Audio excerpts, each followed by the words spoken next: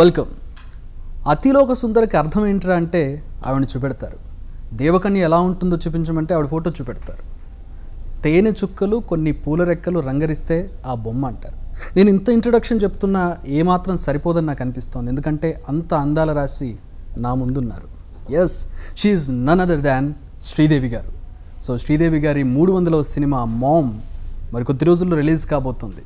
So ఆ movie గురించి మనతో షేర్ చేసుకోవడానికి శ్రీదేవి గారు హైదరాబాద్ వచ్చారు.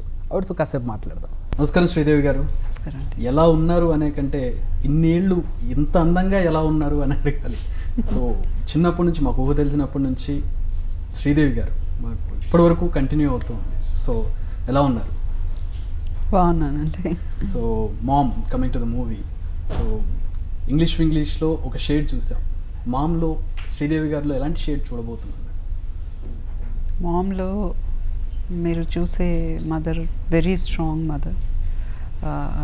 పిల్లల కోసం ఏమైనా ఎంత దూరమైనా ఎంత కష్టమైనా పడే మదర్ అనమాట. It's a very special character for me as an actor. ఒక సాటిస్ఫైయింగ్ అయిన ఒక journey, I mean working in Mom. So English తర్వాత ఆ సినిమా రాగానే శ్రీదేవి గారు వచ్చేసారు, మళ్ళీ కేమ్ బ్యాక్ అని అనుకున్నాం. కానీ చాలా గ్యాప్ వచ్చారు, 5 years ప్రాబబ్లీ. సో మళ్ళీ అంత గ్యాప్ ఎందుకు తీసుకుంటున్నారు? We're expecting frequent movies from you. అంటే ఇది ఒక కాన్షియస్ డెసిషన్ మాత్రం కాదు. జస్ట్ ఇంగ్లీష్ తర్వాత ఐ వాజ్ బిజీ అనమాట పిల్లలతోటి. మళ్ళీ I was in my own world. తర్వాత ఈ కథ విన్నప్పుడు నాకు చాలా నచ్చింది. అంటే నా మనసుని టచ్ చేసింది ఈ సబ్జెక్ట్. ఒక లైనే వినిపించారు, దాంట్లోనే కంట్లో నీళ్ళు వచ్చింది. అంటే వెరీ ఎఫెక్టివ్ పిక్చర్ అనమాట. సో దాన్ని మళ్ళీ ఆ స్టోరీలో వర్క్ చేయటం, ఆర్టిస్టుల్ని సైన్ చేసి మొత్తం అందరినీ ఎవరు అంటే పలాని రోల్ పలాని వాళ్ళు బాగుంటారు చేస్తే వాళ్ళ కోసం వెయిట్ చేసి, అంటే మిగతా వాళ్ళ షెడ్యూల్ వేరే షూటింగ్ చేస్తుంటే వాళ్ళ కోసం వెయిట్ చేసి వాళ్ళని సైన్ చేసి అలా చేసి ఒక 2 years అని అయిందనమాట. 2014లో స్టార్ట్ చేశారు. సో దీని గ్రౌండ్ వర్క్ అంతా 2 years బ్యాక్ స్టార్ట్ అయింది. 2016లో we started rolling the movie. Okay. So movie trailer చూస్తుంటే కొంచెం సెంటిమెంట్ కనబడుతుంది అండ్ థ్రిల్లర్ కనబడుతుంది, థ్రిల్లర్ షేడ్స్ కనబడుతున్నాయి. What kind of genre it is? Well, ఇది థ్రిల్లింగ్ అంటే suspense, emotion, family picture. This is for teenagers, of course for children, for mothers. It's a universal. Sridevi గారికి ఎట్లా special? మాకు ఎట్లా special అంటే మీకు 300th మూవీ అండ్ 50 years మీ career complete అయింది. How special mom is to Sridevi? As an actor, of course, this is a really special movie for me. అంటే ఈ పిక్చర్లో నాకు మాత్రం కాదు, యాక్టర్స్, ప్రతి యాక్టర్ ఈ ఫిల్మ్లో చాలా కష్టపడి యాక్ట్ చేశారు. అండ్ డైరెక్టర్ స్పెషలీ ఆయన మొదటి పిక్చరు, కానీ ఆయన చాలా ప్యాషనెట్ అనమాట ఈ సబ్జెక్ట్ గురించి. సో చాలామంది టెక్నీషియన్స్ కానీ యాక్టర్స్ కానీ వాళ్ళందరికీ ఇది ఒక స్పెషల్ ఫిల్మ్, ఇంక్లూడింగ్ మీ.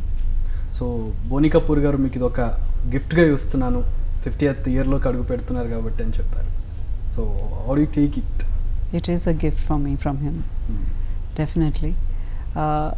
ఈ ఒక ఫీలింగ్ నేను ఆడియన్స్ కూడా చూసి ఆనందించాలి, పిక్చర్ అప్రిషియేట్ చేయాలి నేను ఆశిస్తున్నాను. And I'm very much sure they will like it. Okay. So ఇతర నటులు నవాజుద్దీన్ సిద్దికీ గారు కనపడుతూ ఉన్నారు అండ్ అక్షయ్ ఖన్నా గారు కనపడుతూ ఉన్నారు. So what special other than Sridevi? మాకు శ్రీదేవి గారు ఉండడం ఒక speciality, and other than Sridevi మాకు ఆఫ్ కోర్స్ నవాజుద్దీన్ గారి క్యారెక్టర్ చాలా స్పెషల్. ఆయన గెటప్ చాలా స్పెషల్. ఫస్ట్ ఎవరు ట్రైలర్ చూసినప్పుడన్నా లేదా షూటింగ్లో ఉన్నప్పుడు ఎవరు గుర్తించలేకపోయారు ఆయన్ని. సో చెప్పిన తర్వాతే తెలుసు ఈయన నవాజుద్దీన్. ఎన్నో సీన్స్ రియల్ స్ట్రీట్లో ఢిల్లీలో షూటింగ్ చేశారు. సో కెమెరా ఒక కార్నర్లో పెట్టి ఎవరికి తెలియకుండా ఆయన నవాజుద్దీన్ని అంగట్లోనో ఇలా రోడ్లో నడవమన్నారు. So nobody could recognise him అనమాట. So it took 3 hours for him to get ready every time when he comes. So ఇలాంటివంతా చాలా కష్టాలు పడి చేసి పిక్చర్స్. రెహమాన్ గారి మ్యూజిక్ ఇలాంటి జానర్కి బ్యాక్గ్రౌండ్ స్కోర్ చాలా important. So what you say about AR Rahman's garu ఈ పిక్చర్ మొదట పెట్టినప్పటి నుంచి నాకు కానీ నా డైరెక్టర్ రవికి కానీ ఎప్పుడు మాట్లాడుకునేవాళ్ళం, ఈ పిక్చర్ రెహమాన్ ఉంటే చాలా బాగుండేది, ఆయనే చేయాలి ఈ పిక్చర్ అనేసి. సో బోనీ గారి గురించి అందరికీ తెలుసు, he is also very passionate about his films. So ఇలా మేము అడిగిన వెంటనే ఏమీ చెప్పకుండా వెంటనే లేదు, he thought it's a right choice. So he went and Rahman గారిని మాట్లాడారు. ఆయన ఫిల్మ్ చూసి ఆయనకు చాలా నచ్చింది, వెంటనే ఆయన కూడా ఒప్పుకున్నారు అనమాట. సో ఒక ప్రెస్ మీట్లో చూసాను, బోనీ కపూర్ గారితో 3 months మీరు మాట్లాడలేదని. Is that true? ఎందుకలా? అంటే మాట్లాడటం అంటే జస్ట్ హాయ్ బాయ్ ప్రొఫెషనల్గా, అంటే ఆ క్యారెక్టర్లో నేను చాలా ఇన్వాల్వ్ అయ్యాను అనమాట. అంటే ఒక కాన్షియస్గా నేను మాట్లాడకూడదు అని కాదు, that frame of mind during the shooting, you wanted to be left alone. As a mother I could feel what the other character is going through. So దాంట్లో కొంచెం నేను కమ్యూనికేషన్ కొంచెం క్యారెక్టర్లోనే ఉండిపోయింది మీరు. వెల్ పిక్చర్ అయిన తర్వాత షెడ్యూల్ అయిపోయింది, అంతా అయిపోయింది, డబ్బింగ్ అయిపోయింది. ఆ తర్వాత ఒకరోజు మా డాటర్ చెప్పారు, థ్యాంక్ గాడ్ అమ్మా యూఆర్ బ్యాక్ టు నార్మల్ అని. So I didn't realise that all subconsciously. So they all missed you during the shoot I think. They were with me only, but still that Sridevi garu as a mom miss అయ్యి ఉంటారు బహుశా, maybe. So and trailer బిగినింగ్లోనే ఒక line వస్తుంది మనకి, ఒక తప్పు ఒక పెద్ద తప్పు రెండింటి మధ్యలో ఏంటి శ్రీదేవి గారు ఏం చూస్ చేసుకుంటారు యాజ్ ఎ మామ్? భగవంతుడు అలాంటి సిచ్యువేషన్ ఇవ్వకూడదు ఎవరికి, a mother. Coming out of the movie, Janhvi garu గురించి అంటే శ్రీదేవి గారి తర్వాత ఆ లెగసీ కంటిన్యూ చేసే వాళ్ళ కోసం చూస్తూ ఉన్నారు. సో జాహ్నవి గారు వస్తారని ఒకసారి చిరంజీవి గారు అబ్బాయితో వస్తారు, ఒకసారి నాగార్జున గారు. Can you break it? ఏంటి, ఎప్పుడు వస్తున్నారు, ఎలా తీసుకువెళ్ళిపోతున్నారు? అది వచ్చే రోజు మీకే తెలుసు, నేనేం చెప్పాలి చెప్పండి. You all will be the first person to know.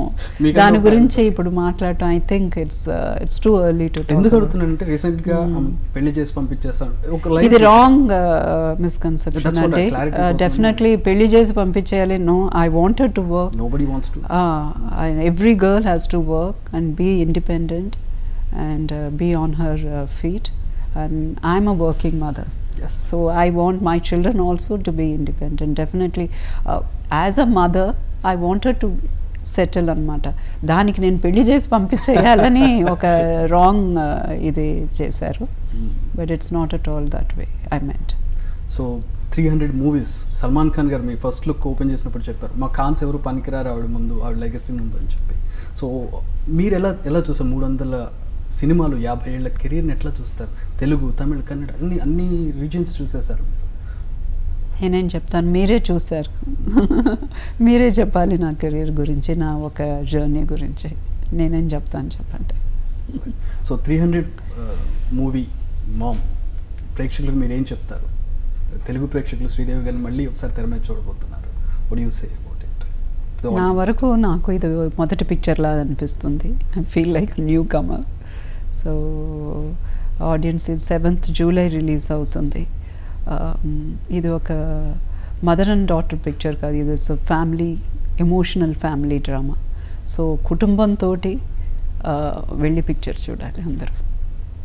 అందరికంటే అద్భుతంగా మిమ్మల్ని చూపించారు రాఘవేంద్రరావు గారు, జగదేక వీరుడు అతిలోక సుందరి. నిజంగా దేవకన్య ఇలా ఉంటుందా అని చెప్పి. సో రాఘవేంద్రరావు గారితో సినిమా వస్తుందని వింటున్నాం, ఇస్ దట్ ట్రూ? చేయబోతున్నారని ఇప్పుడు రాఘవేంద్రరావు గారు చెప్పినట్టు 24 పిక్చర్స్ ఆయనతోటి చేశాం.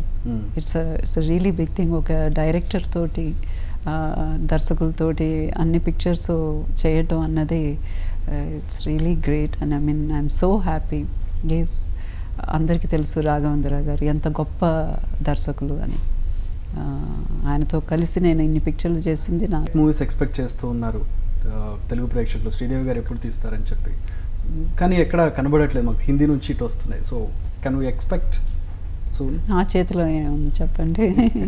మంచి పిక్చర్ వస్తే తప్పకుండా. అంటే ఎలాంటి కథలు కోరుకుంటారు శ్రీదేవి గారు? అంటే డైరెక్టర్స్కి ఒక క్లారిటీ కావాలి కదా. అది వాళ్ళకి తెలుసు, దే నో బెటర్. నేనెవరు చెప్పడానికి వాళ్ళకు ఎలాంటి కథలు ఎలా నేను చేస్తానని. ద రైటర్స్ కానీ డైరెక్టర్స్ కానీ they are more experience.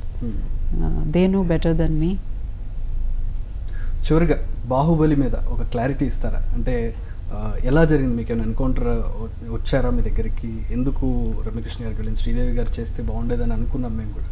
So what it actually happen? ఇది చెన్నైలో కానీ, ముంబైలో కానీ, ఢిల్లీలో కానీ ఎక్కడ ఇదే అడుగుతుంటారు. I don't like to talk about it, ఎందుకంటే I never spoke about this.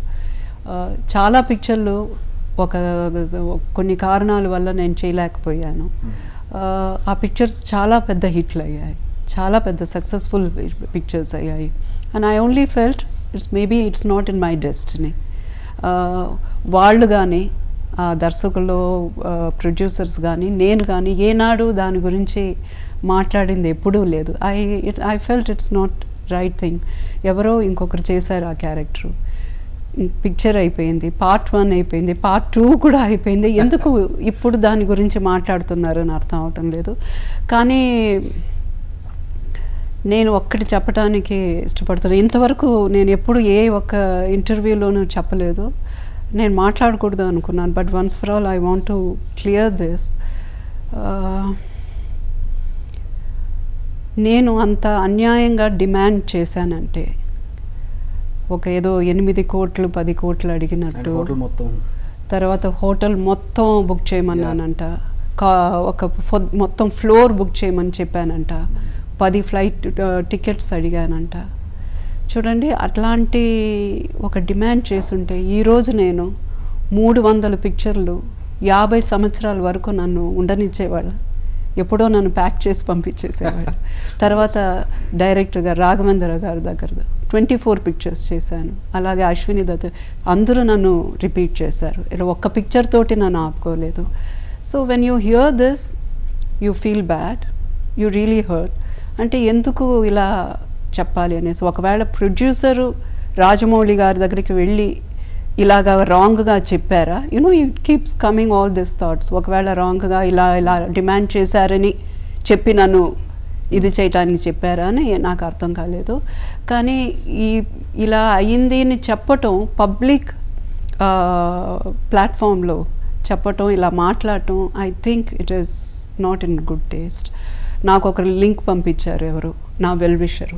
ఇంత ముందుగా ఇలా వినపడితే నేను ఎప్పుడూ దాని గురించి సీరియస్గా ఎత్తుకోలేదు, ఏదో చెప్తున్నారు ఎవరో. బట్ ఈ లింక్లో నేను రాజమౌళి గారి ఇంటర్వ్యూ చూసి షాక్ అయ్యాను, చాలా బాధ కూడా పడ్డాను నేను. ఆయన ఒక చాలా కామ్, చాలా డిగ్నిఫైడ్ దర్శకులు అని వినపడ్డాను. ఆయన పిక్చర్ నేను ఈగా చూశాను, నాకు చాలా నచ్చింది. And I was very happy to work with him. Is a great technician అనమాట. బట్ ఇలా మాట్లాడటం నాకు చాలా బాధాకరమైన విషయం అనిపించింది. ఒక పబ్లిక్ ప్లాట్ఫామ్లో ఇలా మాట్లాడకూడదు. సో అది నిజం కాదు. డెఫినెట్లీ కాదు, డెఫినెట్లీ కాదు. అలా ఉంటే నేను ఎందుకు ఇక్కడ ఉంటాను చెప్పండి. అండ్ అదే కాకుండా నా భర్త బోనీ కపూర్ గారు, ఆయన ఒక ప్రొడ్యూసర్. ఒక ప్రొడ్యూసర్ పడే కష్టాలు ఆయనకు తెలుసు. అలాంటప్పుడు ఆయన కూడా అలాంటి డిమాండ్ తప్పు కూడా అడిగి ఉండరు ఆయన. సో ఇలాంటిది లేనిపోనివి చెప్పటం, ఇట్స్ రియలీ నాట్ ఫేర్ అనమాట. But I wish him all the best. ఇలాగే బాహుబలి లాగే ఇంకా మంచి గొప్ప పిక్చర్లు తీయాలని. Thank you very much and wish you all the best for Mom. And ఇలాంటి మూవీస్ తెలుగులో డైరెక్ట్గా చేయాలని చెప్పి, ఫ్రీక్వెంట్గా చేయాలని చెప్పి కోరుకుంటున్నాను. తప్పకుండా. నేను తెలుగు అమ్మాయిని. Always I have a great feeling of Telugu industry నన్ను ఆదరించింది, అభిమానించింది, ఇంత రెస్పెక్ట్ ఇచ్చింది. నేను ఏనాడు మర్చిపోలేను.